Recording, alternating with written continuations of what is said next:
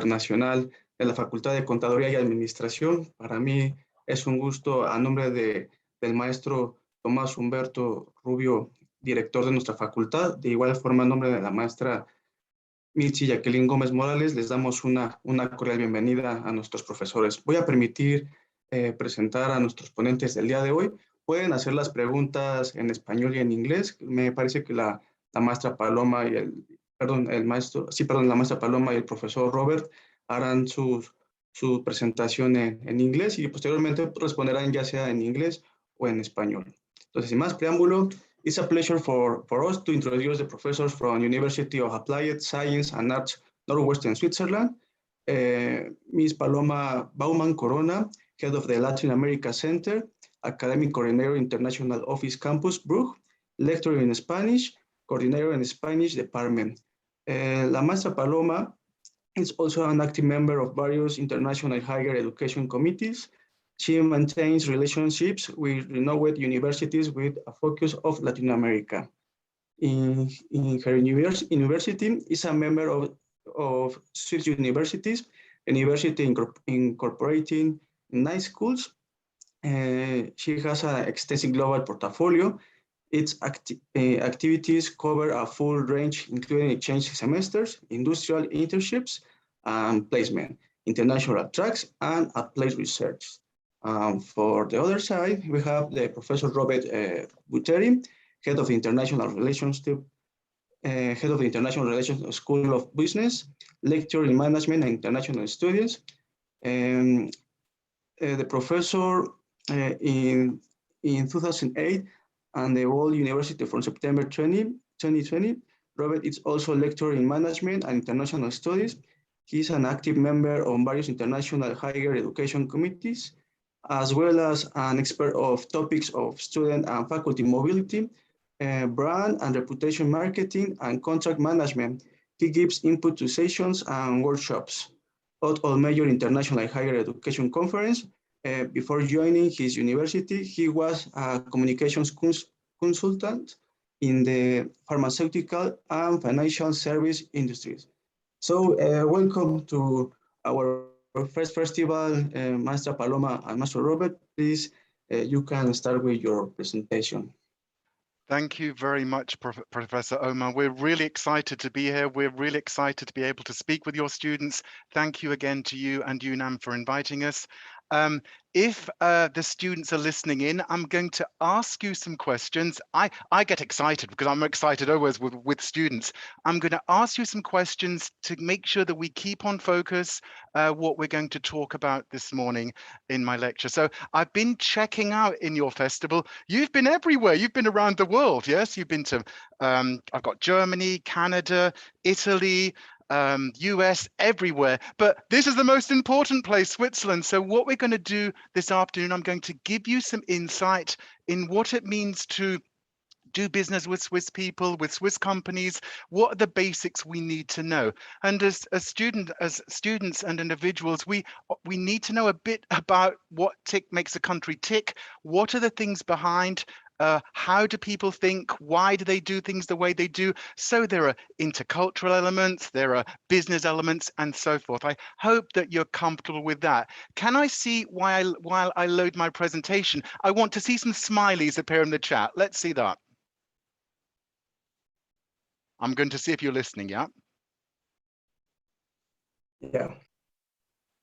We're all good, yeah? Okay, so let me see, we're good. Can you all see my presentation? Perfect. Okay, so what we're going to do in a very short space of time is I'm going to give you a glimpse into Switzerland, which we all know is a very small country, and it has quite a big impact in the economy, in world politics. So I'm going to trace you through some things here. What we're going to check out is, first of all, your perceptions. What do you already know? You know a lot, I'm pretty sure you do. I'm going to guide you to one step further in your knowledge. I'm going to go through a few facts about Switzerland again. They're general, but they're important nonetheless to make sure we understand economy and so forth. I'm going to give you a flash through Swiss history, but don't panic. It's not a history lesson. This is going to take me like 1 second. All you ever needed to know about Switzerland history in a second. We're going to check more than a business perspective. What are the factors for success? What is the environment Swiss companies are working in? What helps, what doesn't? We're also going to look at the challenges ahead, both for Switzerland and for Mexico. And also, I hope in this time we also have obviously question and answer session. Please feel free when you ask a question, you may ask in English or Spanish, también en español está bien, podemos, and we will answer your questions at the end of the session. Also, if you have questions after we finish, please, Professor Omar will send the questions to me and I will answer your questions. We always curious, you always need to keep information going. So we're ready to go. Yep. Okay, so I think first of all, before we start looking at other countries, we need to think a bit about our own country. And I always say to students, what do you know about Mexico? How can we compare what you know about your country with the different countries which you have been having lectures on during the whole of this week? So again, relate what I say to what is happening in Mexico, what is happening in your economy. Everything is interrelated. That is, I think, a good place to start from. So I also am going to ask you some questions as we go along. Now, my first question to you is, and I'm going to give you 30 seconds. Yes, you're going to have to be quick. What do you already know about Switzerland? I mean, you see the flag there. What do you know? Can you write in the chat, please? Let's see what you already know about Switzerland. Let's have some fun things as well. Yeah, I love it. Yes. Chocolate. Yes, Edgar, you're right. Very famous. But I mean, Mexican chocolate is really good. Can we have some more banks? Yeah, sure. Your sister. Great. FIFA. Yeah, that's over in Lausanne. Yep. And Zurich. Great. Okay, right. So what we normally see is Bern, right? You've got the capital. You know so much. I'm just going to tell you about that little red flag with a white cross on there. That's one of the few flags in the world which is a square flag. I think the only other one is the Vatican City, as far as I know. So that's a new thing you know. Okay, let's check out. When we think about Switzerland, again, you have probably come up with some standard answers. Yeah, there's the first thing that comes to mind: a wonderful cheese fondue, Swiss watches, yeah, sure, and the wonderful Swiss chocolate. But I think Switzerland is really much more than that. As we know, Switzerland has a high reputation overseas. It's regarded as an attractive country, very beautiful. We sometimes know, I think of it as a film, less cows in fields, but yeah, it's obviously much more than that. What we want to check out this afternoon is why Switzerland is punching way above its weight in economic terms. It's only a small country. We'll see how many people, sure. And why can the businesses do that? So let's go and have a look. What I'd like you to remember from this talk, with quite a lot of information, is I'd like you to always remember, think about Switzerland with this picture. And I'm sure a lot of you know what that Swiss knife is. Yeah, I'm sure you've all got one or may have one. For me, this is something which is, I think, good because it represents Switzerland as tradition. You can see that by the knife. There's also, I think, a pair of scissors there, yeah. And also Switzerland from being technologically advanced, always at the forefront, and that you have, I think, the memory stick there. So I want you to think about that, Switzerland being a mixture. It's not just cows, chocolate, watches, it's so many more things. And we're going to check some of them out as we go along. Okay, so let's just position us where we are. This is Europe. Unlike Mexico, you've got an enormous country. We're a little small country right in the middle of that map, if you can see my cursor. Yes, there we are in our three languages. So we're right in the middle. Everything is close to us.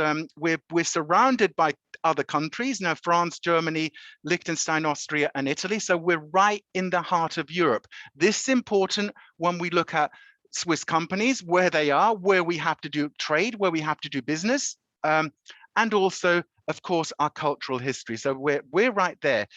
I think also another important thing for us to remember as students is when we're looking at countries, when we're thinking about history, when we're thinking about economic development, always think first topography.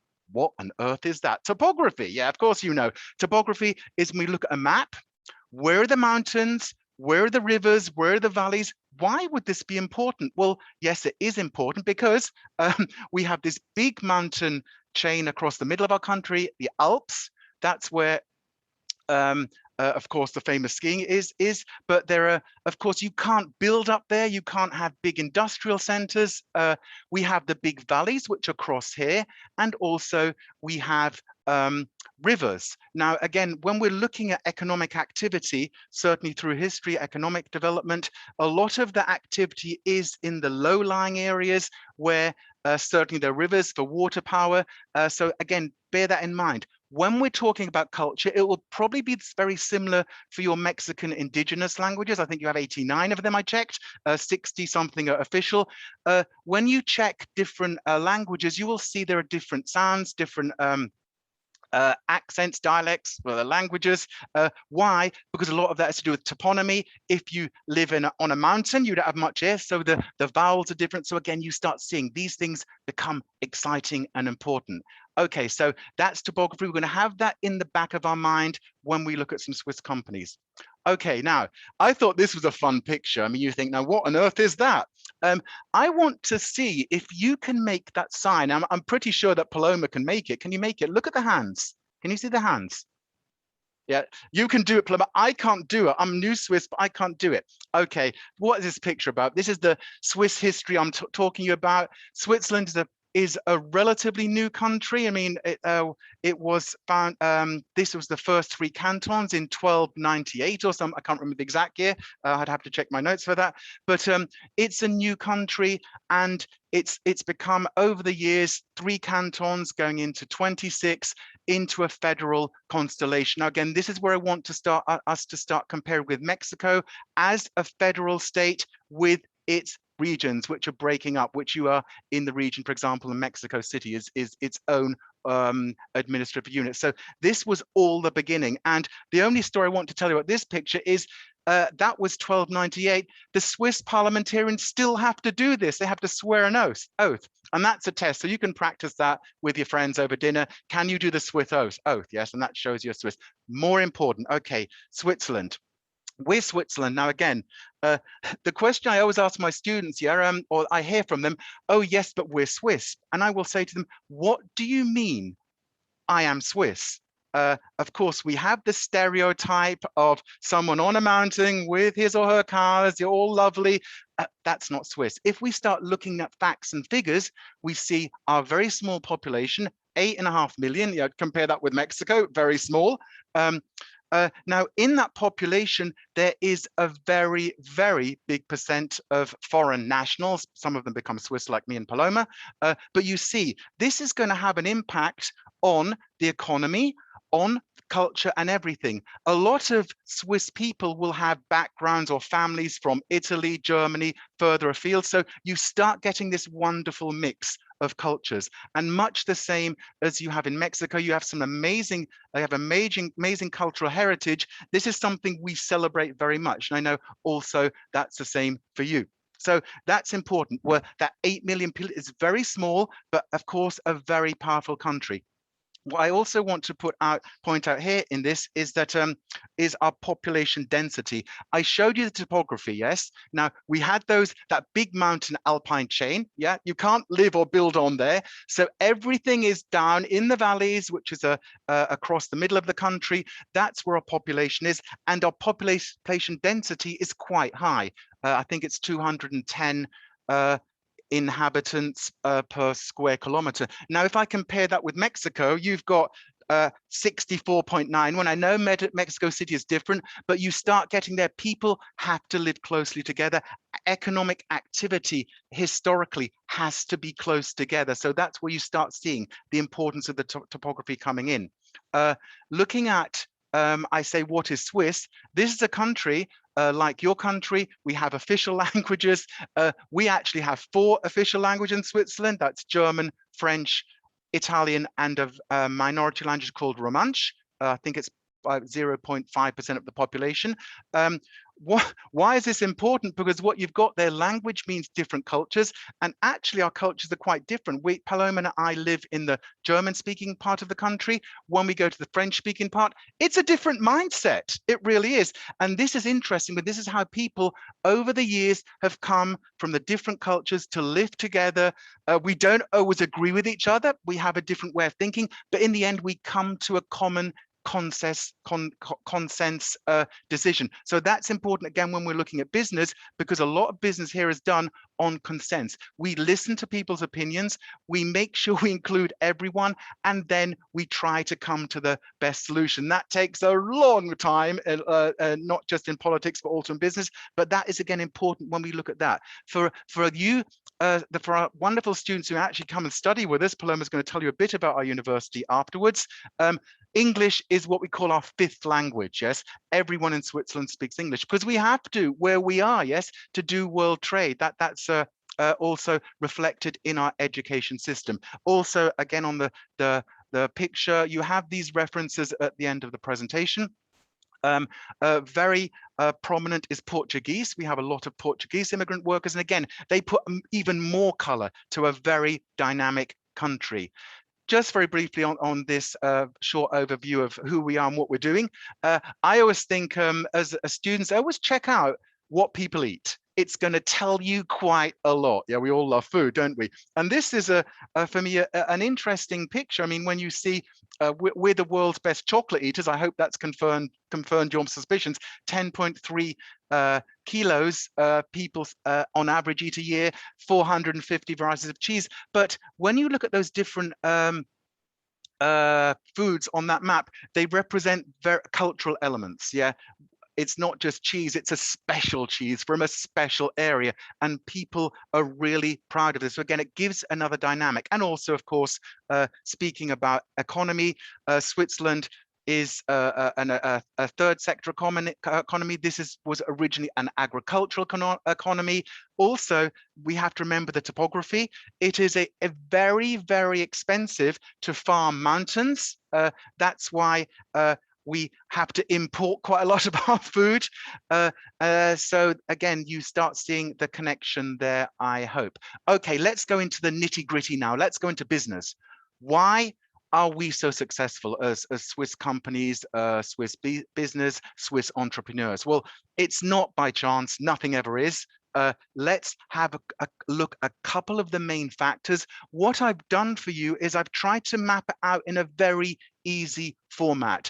I think you'll be familiar with, it's a standard economic model to check countries, and that's called the PESTEL model, politics, economic, social. I think you know that probably. If you don't, you can check out. But what it does, it gives us a snapshot of the different aspects of a country to give us an idea of what's going on. So I'm taking that very simplified model and put some Swiss things in it. So I think we've got the first message here I want to start off with before we go into the PESTEL model. And I like that phrase there, we create value added.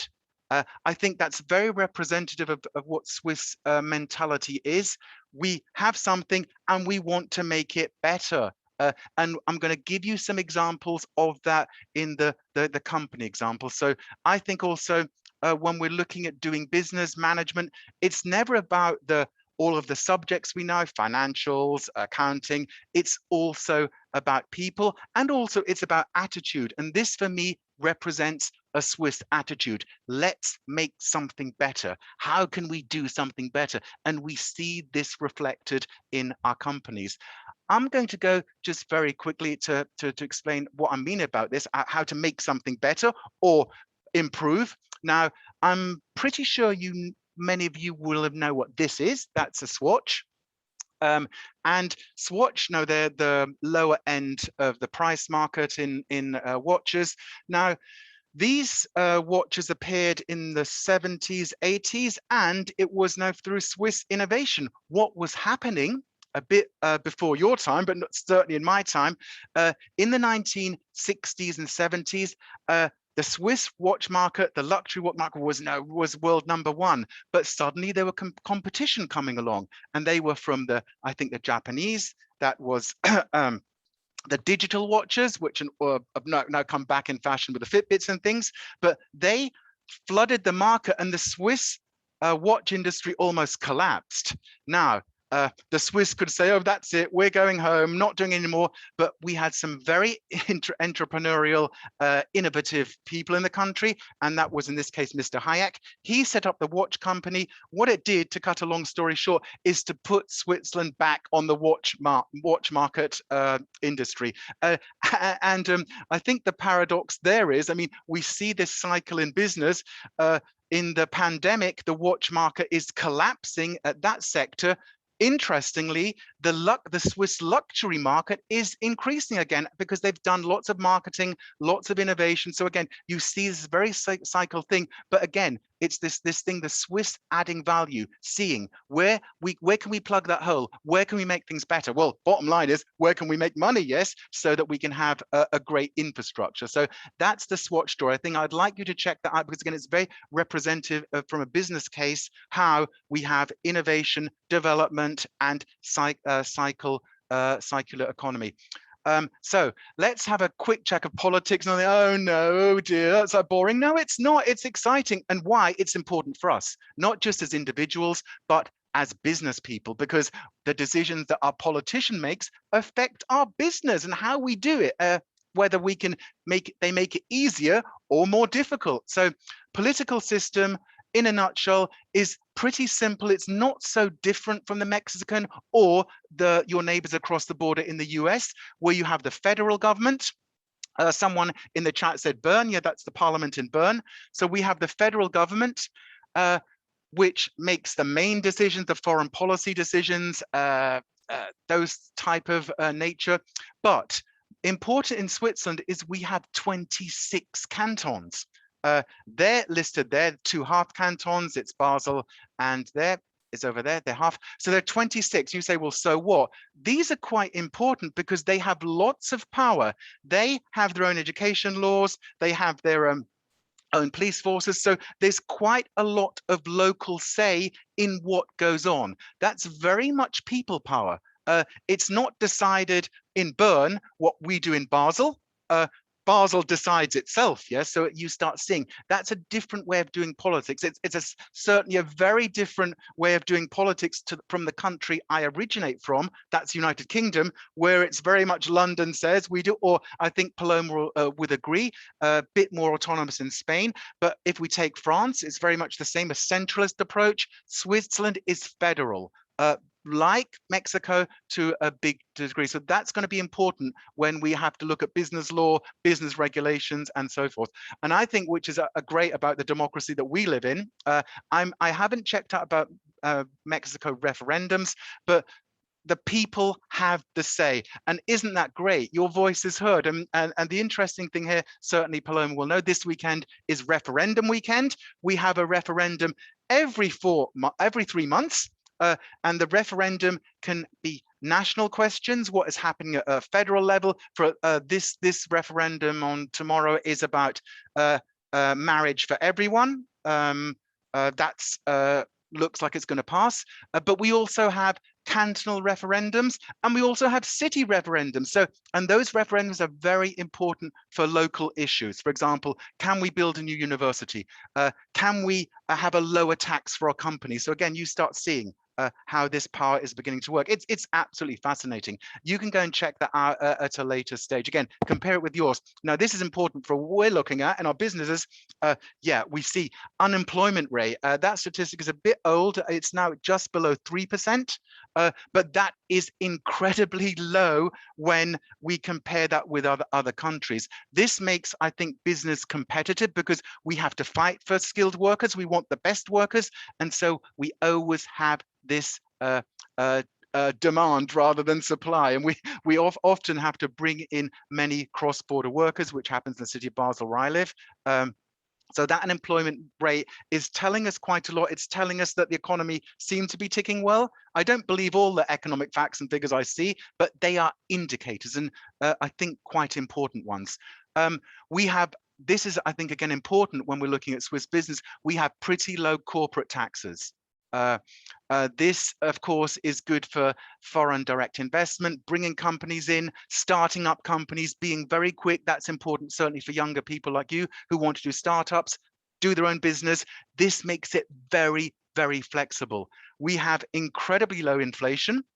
So companies don't always have to think, how do I reprice? How do I have to decrease my prices? Because everything is much the same. The only thing that's changed that we can see is the real estate prices, like around the world, but everything else is pretty stable. Okay, so this is also giving a message to the outside world. Stable country, politically stable, open flexible markets. Let's do business with these people or set up companies there. And another important fact, again, we'll see this through what I'm speaking this afternoon, is we have a highly educated population. Again, that's not by chance. It's because the government, the federal government and the cantonal governments invest a lot of money in this. Education is a public good. You'll be shocked at our fees. It's not because our education is inexpensive, it's because it's heavily subsidized. So again, it may be a different system from many of the countries which are around us, where you have to pay quite a lot for education. So those are very important economic factors. Now, these are the big players that we have in Switzerland, and you will be familiar with many of them. Of course, the pharmaceutical giants, Novartis and Roche, they're just across behind me, the buildings in Basel. Nestle, Glencore. So you see quite a wide range, and these are big global players. And people always think, I saw a comment in the chat, yeah, Switzerland, economy, banks. It is not just banks. It is so many other things. Of course, the banks play an important part in our economy, but it's not everything. And that's where we need to check a bit further. Why? Because for business opportunities, again, as you as business students and students, this is where we need to be looking, not just in the big boys, these ones here. Many of them will be, of course, operating in Mexico, but the small companies. And again, I'd like you to check out the importance of small companies in where you are, either it's in Mexico City or Mexico. In Switzerland, the small and medium-sized enterprises, with the acronym is SMEs. The SMEs are the backbone of our economy. These companies account for probably 80 or 85% of Swiss trade. These are the companies where the business is really being done. Interesting also, these companies are often family companies, very small. The definition we're using for SME for this purpose is anything under 250 employees. So these are what make our economy work. Now, these companies, again, across all sectors, from engineering, from high tech, whatever. So that's something which is important. Another important factor, again, I'd like you to check this picture out, and you may make me laugh. It certainly makes me laugh when you think, wow, Alingi. I don't know if you know that story. The story in itself is interesting, but the thing is here, this boat, catamaran, whatever it is, it won the America's Cup. I think it was 2007, quite a while ago. But the thing is, Switzerland doesn't have a big sea, yes, and that is a sea gun. We have lakes, but not big enough for this, I don't think. And this was Swiss innovation through technology. Let's see if we can invent something, and they actually came up with the Alingi. That is one example, I think a funny one, because no, Switzerland not having a sea, but it's also a good example of Swiss ingenuity, because the guy who invented this was actually a biotech expert. So, and this was his passion. Yeah. Oh, let's have a boat. That was his passion. Going into something a bit more detailed, and which you'll also be familiar with, is technology and innovation. The buildings you see there are the new Roche buildings. That's the big pharmaceutical company I mentioned. Now, these companies, these are mega players, yes. And also the fortunate thing for Switzerland at the moment is that healthcare industry is going up, yes, in COVID times. So we're lucky. We've got income coming into our economy from these companies. Interesting with technology innovation. The point I'd like to make here is everything is development. And it's the Swiss attitude I mentioned to you earlier. Now, the pharmaceutical company originates from the dye companies, which were many years ago, that would be in the Middle Ages. The the silk textile industry was very important in this part of the world, and silk needs dye. That's to dye, make the silk a different color or textiles different color. Well, when that industry collapsed, we came onto the printing industry, and then we came onto the pharmaceutical and biotech industry. You see natural economic development, but we also get, I mentioned topography. This is sits next to a river. So in former times, you needed the water for the dye and that industry. And also it sits on the border with France and Germany, where we have a shortage of skilled workers in Switzerland, experts. So we bring them in, very smart Swiss, from Germany and France, very skilled workers. There's a whole biotech valley up from Basel, up to Strasbourg. That's a whole, for you, it's about an hour drive. So that is where we see this technological development, very symptomatic of what we're doing in Switzerland and what's happened in innovation. Environment is again, we've got lots of companies working in this area: water, air, climate change. That's, I think, for your generation, probably the most important thing at the moment. And I think it's important for where we live now, certainly for you in Mexico, but we need clean water, we need clean air. We're seeing our Alps, the snow disappearing. So these are going to be fundamental things. And when we look at business development, we see a lot happening now in exactly these areas. Swiss are specialized in many of those areas. So again, I think it's something, lecture 2 or 3 we can go into those in a bit more detail. And again, you can see this is part of the Swiss soul, being back to nature. That's part of what we do. We like being in our small cities, but we also like being out in the open air. We want to preserve what we have. So there are just a few data about environmental things.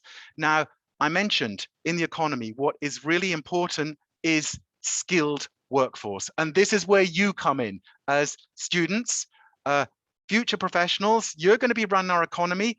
We need scientists, we need economists, we need engineers.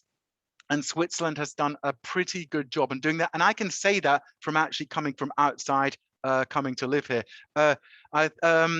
You've got the phrase there, we're a nation of scientists. Well, when you look at our technical universities, they are world-class universities. They're the very top with the latest research in COVID, trying to beat COVID with medicines, whichever things. That's also why they're linked with the pharma companies, the bio companies. So again, you see all of these networks happening.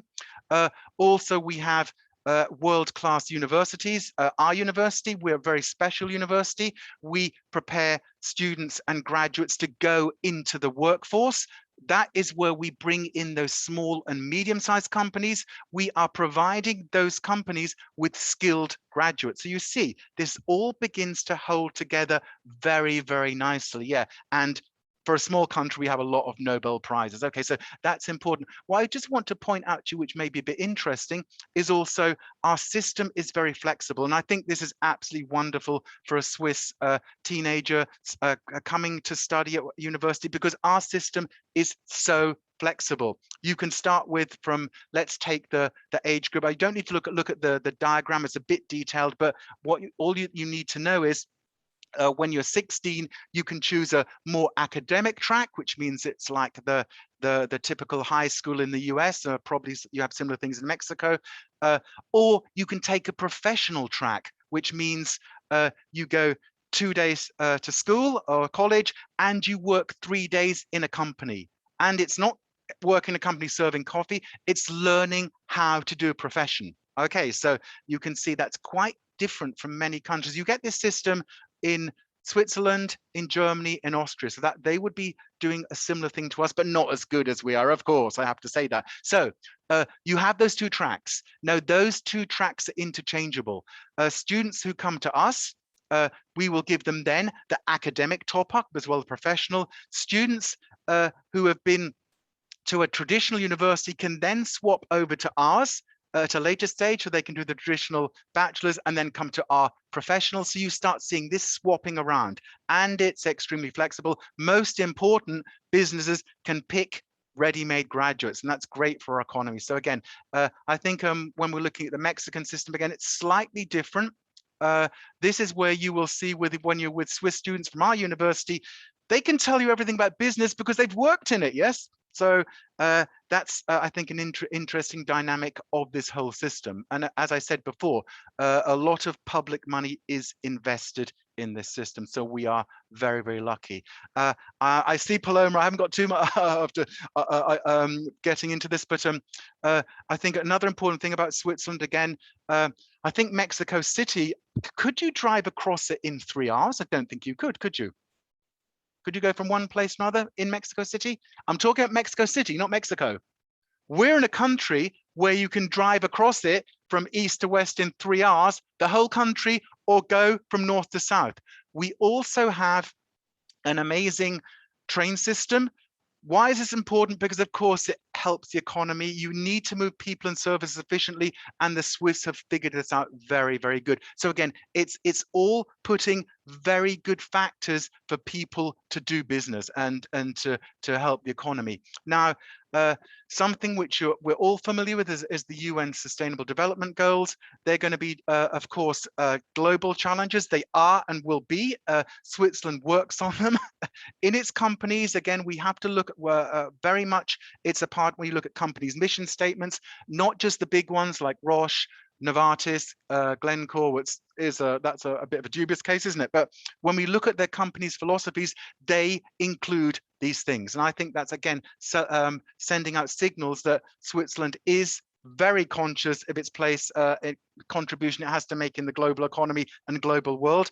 I think when we look at this, well, I checked out the statistics here, and I think Switzerland has completed about 80.5% of the conditions. Yeah, well, it's just a number. We need to do a lot more, but it's on track. Comparison, Mexico about 70, our neighbors around about the same. So again, this is the message I want to hear, is that it's something which is embedded in company, in business philosophy. I think that's a interesting thing.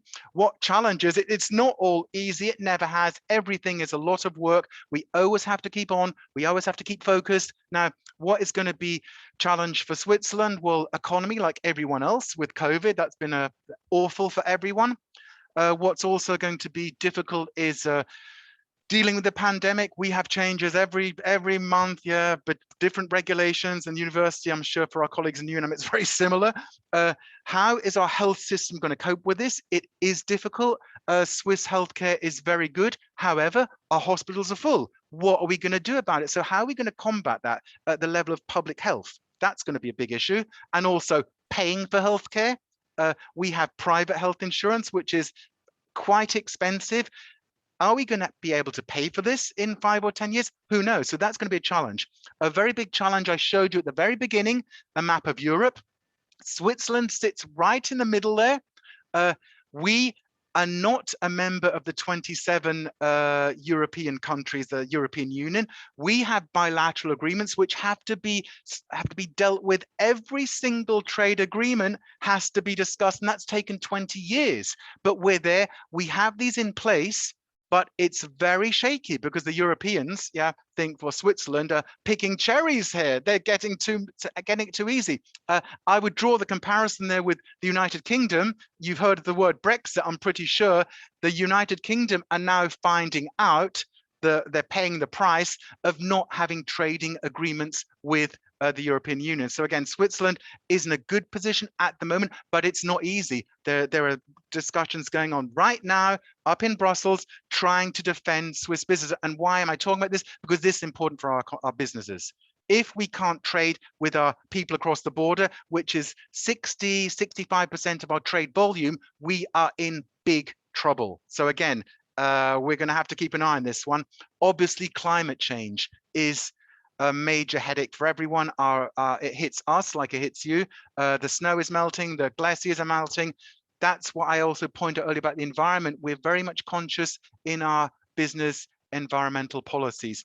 Okay, so that's the European Union I was talking about. That's that terrible island over there I come from. Yes, and that's Switzerland right in the middle of it. They have to figure this out. We'll see what happens.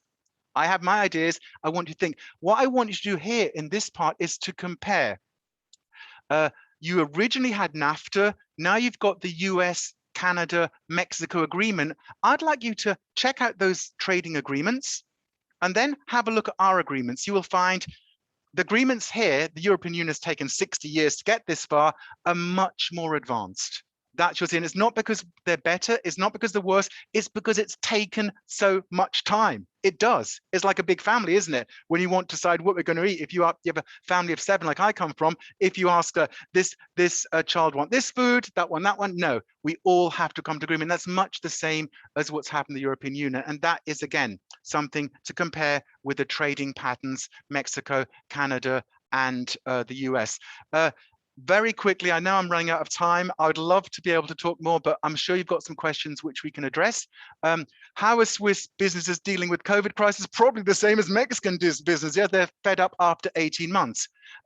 Yeah, what we do see is they're the winners and the losers. Who are the winners? The healthcare system. And as I said to you, we're very lucky here. We have a very strong pharma industry, biotech industry. So that's good for them, bad for us having viruses. So that's one. Companies which obviously in the gastronomy area, tourism, have suffered big time.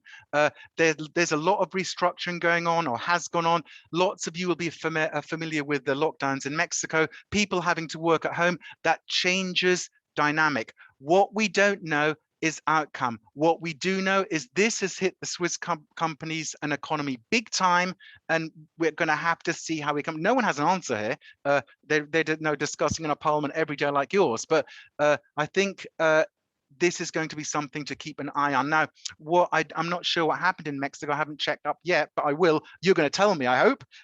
How did the Mexican government or the local authorities help businesses? This is what happened in Switzerland. Very similar across our borders. You've learned a bit about Germany, a bit about Italy. We had the Corona credits last year, which means, in short, the government gave up funding for companies which went to zero income. So again, there was economic provision there, but we can't keep paying these credits out. So that's going to be a dilemma. And the dilemma is, I think for everyone, we need to solve and stop this pandemic as soon as possible. That is where we're relying on our healthcare and our scientists, yes, that they can come up with answers. That has been very quick. There are some indications here of where I've got some information. I hope that I've made you interested. Like, oh, I need to know more about Switzerland. I think you should go and check out. What I want you to do is, if you can't remember anything I said this afternoon, I want you to remember this here. Can you, this one, the Swiss knife, where is it? Let me get it back. There you go. There you go. I want you to remember this. Don't think of Switzerland as chocolate cheese. Think of Switzerland as multi-dimensional, dynamic, through its people, through its business, and where we are. So I think I'm going to finish now. I think I'm running out of time. If you would like to, Professor Omar, do we have any questions? Okay, sí, por este medio podrás llegar tus preguntas al ponente. Yes, we have some questions. Wonderful. I love students. Yeah, always ask questions. If you don't know, ask. And learning is always a two-way thing. I learn a lot from you.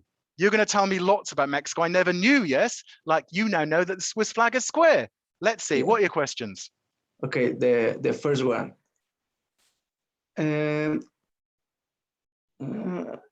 What do the people of Swiss think about the Mexicans? Okay, Professor Omar, I don't know who asked that question. I don't see a name, but to answer that person, I think Paloma also may like to help me answer this question. I think in Europe, again, the stereotype has always been there. Stereotypes are terrible. I mean, people hear me speaking here, they say, oh, you're British, you know the Queen. No, I don't, yes? And it's the same with Mexico. I think this is important at an international education level, that we break those stereotypes. That Mexico is more than one thing, yes? Tequila would have, you asked me what's a classical tequila, and it's not that, it is much more. Paloma, would you like to add something? And that's actually, just one more point there, Professor Omar. This is why we love your Mexican students coming to us, because they put the facts straight, yes? Paloma. Nice. Absolutamente, absolutamente. Esto es lo que hace que el mundo sea global. Por fin puedo hablar. Ya veis que los suizos también tienen un problema, que no callan. No, nuestra opinión de los mexicanos. Por supuesto tenemos estereotipos como ustedes tienen de los suizos, pero a la vez apreciamos muchísimo la innovación, la cantidad de cosas que vienen de México. Hemos tenido la gran fortuna de poder visitar su universidad y de tener estudiantes suyos en nuestra universidad. Y eso es exactamente lo que hace la diferencia. Cuando nos conocemos un poco más de cerca, cuando vemos la gente que existe en México, que está en su universidad trabajando, implementando, llevando su tiempo y nos dan nada más que un valor añadido a nuestros estudiantes y viceversa. Ese es el mensaje también. Esto es lo que hace el mundo global. Cuando conseguimos tener un gran angular, digamos, somos capaces de ver un poco más allá de los watches, el cheese y el tequila, porque también existe y también es muy atractivo, pero somos conscientes y tenemos la suerte de poder mirar más allá y es lo que hace este intercambio enriquecedor entre nosotros. Y México tiene mucho que ofrecer a Suiza y estamos dispuestos, es decir, la internacionalización la entendemos desde ese punto de vista. Es un valor añadido que los estudiantes de la UNAM visiten nuestra universidad y viceversa. Y así será, maestra. Pronto estaremos enviando a nuestros alumnos para que ellos también vean su magnífica cultura y tengan el mismo aprendizaje y lo transmitan cuando regresen a México, para que sea todo esto bilateral y el ganar. Muchísimas gracias. Aquí tengo una pregunta también un poco curiosa que nos pregunta una alumna. Entiendo que hay 4 idiomas oficiales, pero ¿cuál es el que se ocupa más, por ejemplo, para los negocios o para estudiar o para la familia? ¿O cómo funciona? Okay, Professor, if I can answer the student's question. The percentage is roughly up my head about 60% German speakers, and that's dialect. It's not High German. It's like you have different languages in Mexico. So about 60%, 65 German, 30 French, 5 Italian, and very, very few Romansh. But I mean, I think so that I can explain more. It's not just about percentages. This is also about rights and making sure that minority, for example, the Italian speaking part, always have their say, and that's reflected in our political system. It's not just the German speakers now rule everything. They don't. This is where the compromise comes. And to the student, I'm going to hold up, I don't know if you can see this. This is a Swiss banknote, and we have our 4 national languages on it. I don't know if you can see that. Probably not. Can you see it? There are 4. Okay, it's 4 national languages, and what we want to say there, in our parliament, everything is translated into the national languages. That's the law. Paloma. Quizás sea importante también comentar que no quiere decir que cada suizo hable las 4 lenguas. Es decir, cada uno de ellos tiene su lengua principal y normalmente entienden una segunda lengua. Son más potentes el alemán y el francés en número de personas que lo hablan. Pero es cierto que no podemos decir que la lengua de los negocios sea el francés o el alemán, porque cualquiera de las 4 están representadas en las cámaras, en la economía y en todos los aspectos de la vida normal. Pero en una familia que vive en la zona francesa se habla francés, la gente que vive en la zona alemana se habla alemán. No es que estén cambiados y se utilicen para diferentes cosas. And what also happens is when we go to meetings, people will speak in their own language, German, French, and they will answer and they understand each other perfectly. Or I and Paloma have to attend a lot of federal education meetings. People just speak in English. Let's make life easy. So that's cool. So it's very diverse. But if students coming here, there's no problem. Everyone speaks English, and we also speak Spanish, so that's good. Exacto, chicos. Es como en México, en Cancún o en la frontera de Estados Unidos se habla prácticamente inglés y ya en el resto del país, español. Okay, if I am a foreign student, do I have to learn all the language you have or just with English it is?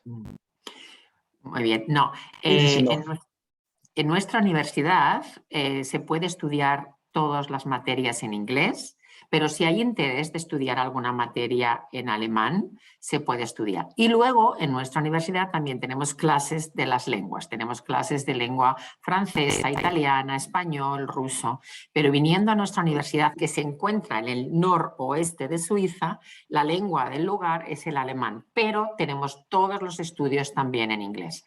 Yo tenía presentado una presentación que no nos va a dar tiempo, preparada, ¿no? Una presentación que no nos va a dar tiempo a compartir, pero que la he dejado en manos del maestro Omar y Quetzalí, que la pueden ver y que allí también hay algunos datos al respecto.